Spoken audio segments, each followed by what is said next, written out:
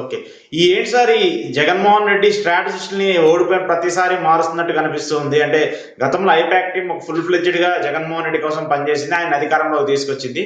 So, ఇప్పుడు అదే I-PAC team నమ్ముకొని మొన్నటి ఎన్నికల్లో వైసీపీ పార్టీ ఘోర ఓటమి చవి చూసింది. సో, ఇప్పుడు మళ్ళీ కొత్త స్ట్రాటజిస్ట్‌ని నమ్ముకోవాలని చెప్పేసి అదే పందాలో వైసీపీ వెళ్తుంటే మళ్ళీ అదే తప్పు చేస్తుంది అనుకోవాలా? తప్పు ఒప్పుల కన్నా ఒక ఇప్పుడు ఇప్పుడు పెట్టిన స్ట్రాటజిస్ట్ కాదు, అడ్వైజర్ ఎవరైతే పెట్టుకున్నారో ఆ పెట్టుకోవడానికి కారణం ఏదైతే చెప్పారో అది కొంచెం ఆశ్చర్యం అనిపిస్తుంది.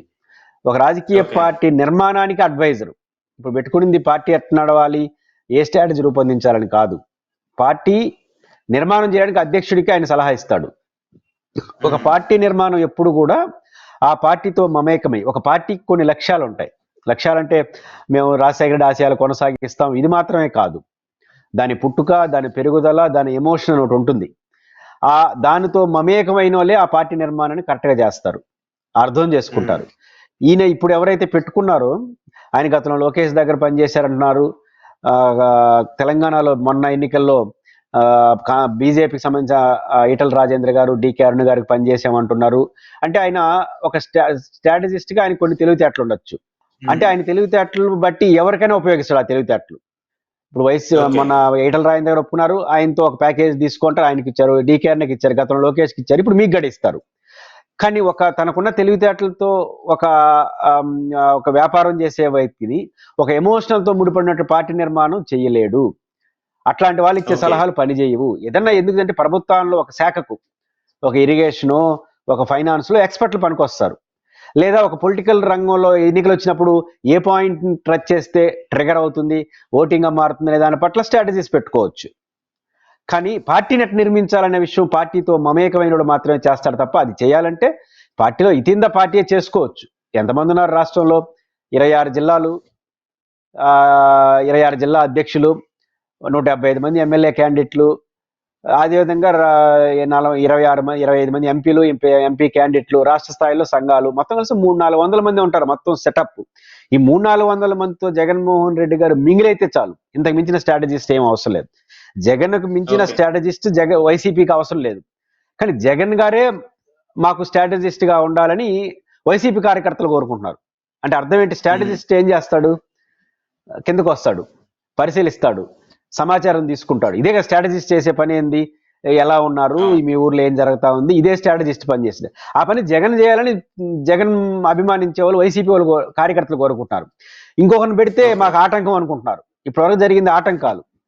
కాబట్టి జగనే స్ట్రాటజిస్టు, జగనే లీడర్గా ఉండాలని కోరుకుంటున్నారు పార్టీ శ్రేణులు. స్ట్రాటజిస్ట్ మీన్స్ స్ట్రాటజీ రూపొందించడం కాదు, మా దగ్గరకు రావడం.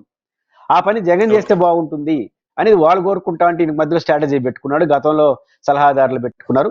జగన్మోహన్ రెడ్డి గారు 14 నుంచి 19 వరకు అపోజిషన్ లీడర్గా బ్రహ్మాండంగా పనిచేసినాడు, పాదయాత్ర చేసినాడు. పార్టీ శ్రేణులందరూ జగన్మోహన్ రెడ్డి గారు అభిమానించేవాళ్ళు, చంద్రబాబు గారితో విభేదించేవాళ్ళు, ఎవరికి వాళ్ళు ఇది మాది అని భావించి ఫైట్ చేశారు కాబట్టే విజయం చాలా మంది పీకే టీం ఉరగబెట్టింది ఏమీ లేదు. 2019 ఎన్నికల్లో సక్సెస్ కావడానికి ఆనాడున్న ప్రభుత్వం మీద వ్యతిరేకత ఆ పార్టీని ఓడించగలిగిన మొనగాడు జగన్ అనుకున్నారు. ప్రతిపక్ష ఓట్లు పవన్ కళ్యాణ్ గారు చీల్చేసినా కూడా ఆయన 6% ఓట్లు చీల్చాడు. తెలుగుదేశం పార్టీకి వ్యతిరేకంగా పోటీ చేసే క్రమంలో 6% ఓట్లు ఆయన చీల్చినాడు. ఒక 2% ఓట్లు కాంగ్రెస్ పార్టీ చీల్చింది. వామపక్షాలు బీజేపీ ఇంకొక 2% 10% ఓట్లు చీల్చేసిన 10% ఓట్లు టాప్ మెజారిటీతో విజయం ఎందుకు సాధించాడు అంటే జగన్మోహన్ రెడ్డి గారు, చంద్రబాబు గారు ఓడిపోవాలని కోరుకునే ప్రతి గొంతుకు ఆయన గొంతుకైనాడు.